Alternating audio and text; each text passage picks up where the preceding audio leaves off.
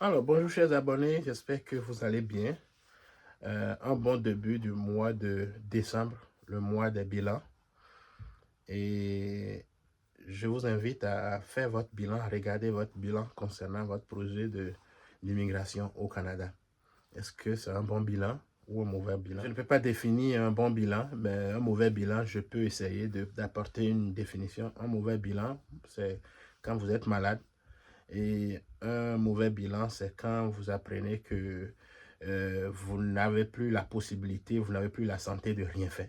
Mais si ce n'est pas ça, ça veut dire qu'en clair que c'est comme un bon bilan à date.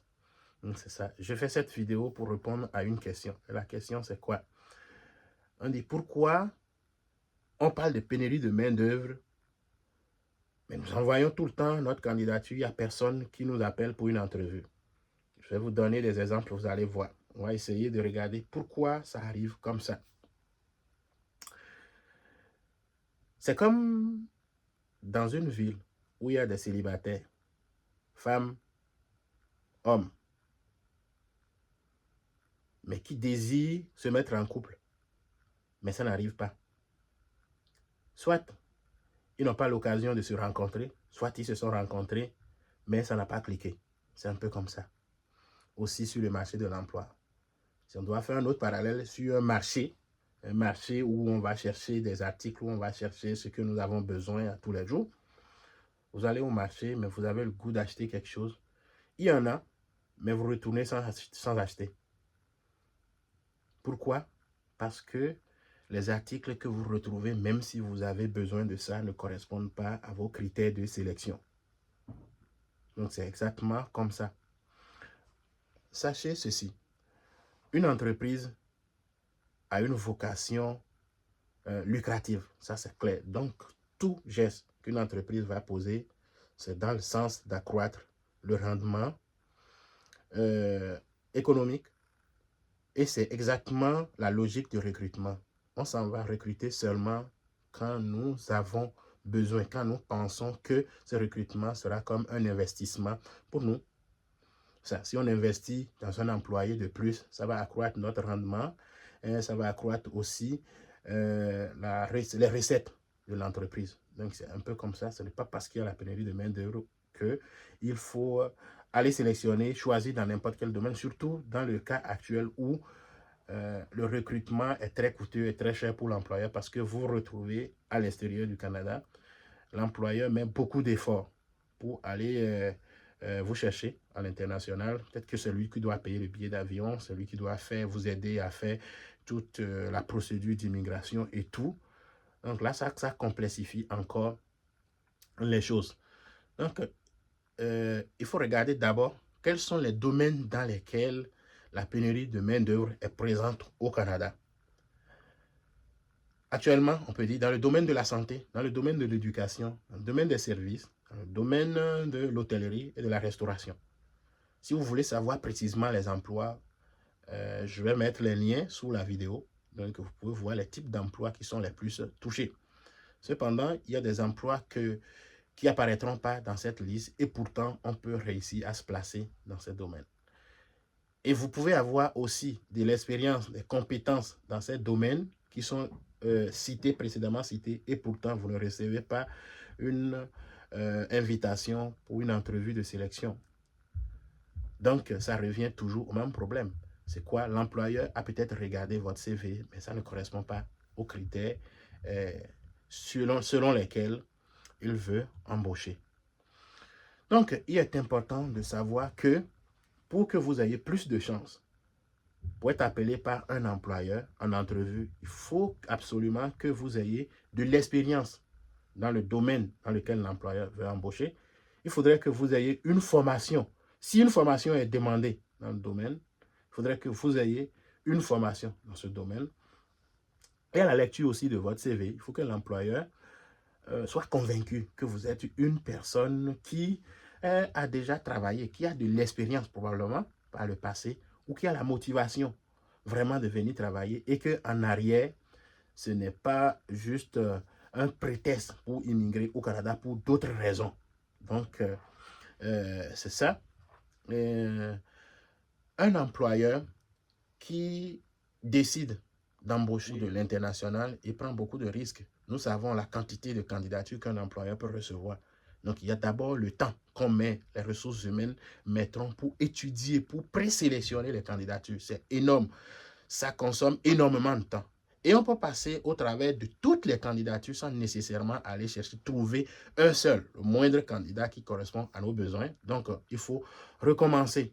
Et ça coûte de l'argent. C'est clair, même s'il y a la pénurie de main-d'œuvre et qu'on ne vous appelle pas, ce n'est pas parce qu'il y a du hasard ici. Non, on regarde, l'employeur doit absolument regarder, est-ce que le candidat que je veux passer en entrevue, c'est un candidat qui correspond à mes besoins, c'est un candidat que si je l'embauche, est-ce que ça va vraiment contribuer au rendement, à l'accroissement du rendement de mon entreprise? Autrement, l'employeur préfère carrément donner le travail que l'employeur a embauché doit faire comme des contrats à l'externe, parce que ça lui pose moins de problèmes. La gestion d'un employé, ce n'est pas facile, c'est très complexe. Donc, on s'assure toujours qu'on embauche le meilleur. Voilà. Par contre, il y a des domaines où on n'a pas nécessairement besoin d'une compétence spécifique.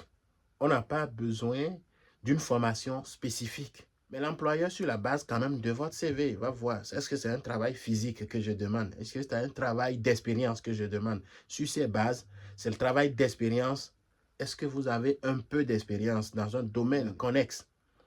Ou vous avez, c'est un travail de force. Est-ce que, à la lecture de votre CV, depuis quand vous avez eu vos diplômes, parce que l'âge n'apparaîtra pas sur le CV, mais je veux voir si vous avez votre CEP en 1968. Je sais que c'est un travail de force, vous êtes déjà dans la soixantaine. Ben, comment je vais faire? Donc, ça me permet quand même de savoir est-ce que je vais aller vers cette candidature ou non. Mais dans certains domaines aussi, c'est l'expérience. Je vois, vous avez moins de 20 ans, mais je veux quelqu'un, une personne qui a beaucoup d'expérience. Mais je vais plutôt aller vers une personne dont les diplômes datent de plus longtemps. Et sur la base de l'expérience professionnelle qu'il a dans plusieurs entreprises, déjà, moi, ça me suffit d'essayer de le rencontrer et de voir est-ce qu'il sera capable de transporter la compétence ou les expériences qu'il a déjà obtenues dans un autre emploi, de les transférer dans l'emploi que je peux lui donner, que je veux lui donner. Donc ça, dans ces cas, on n'a pas besoin forcément d'avoir une expérience dans le domaine recherché. Il y a aussi des emplois où la formation, c'est sur place. Vous avez avec une certaine connaissance déjà de base.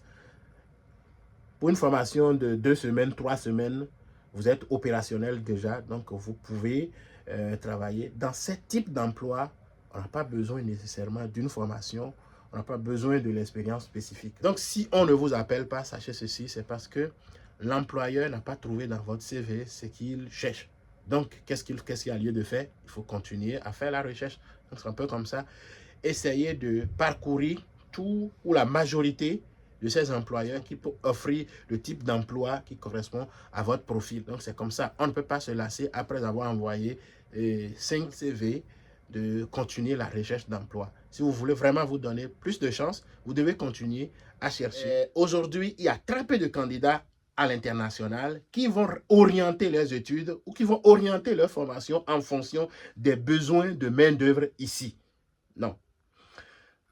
Donc, peu importe le domaine dans lequel vous avez étudié, vous avez de l'expérience, vous embarquez directement sur le marché de l'emploi à la recherche d'un emploi, sans nécessairement vous assurer que votre profil répond aux besoins de main-d'œuvre existants ici au Québec, au Canada.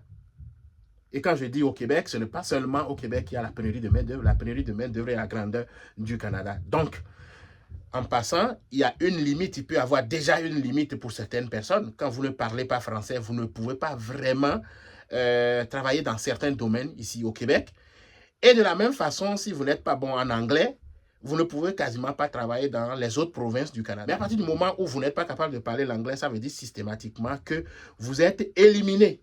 Donc, là, le bassin se rétrécit si vous êtes seulement unilingue. Et si vous devez vous donner plus de chance, il faut absolument que vous alliez chercher de l'expérience dans votre pays, dans ce domaine, ou que vous alliez faire une formation. Dans le cas où l'employeur a besoin d'une compétence spécifique liée à une formation spécifique aussi.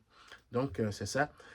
Donc, en gros, pour répondre à cette question de pourquoi il y a la pénurie de main-d'œuvre au Canada, et pourtant nous envoyons notre CV, notre candidature à tous les jours et qu'aucun employeur ne répond, voilà, il faut comprendre ceci.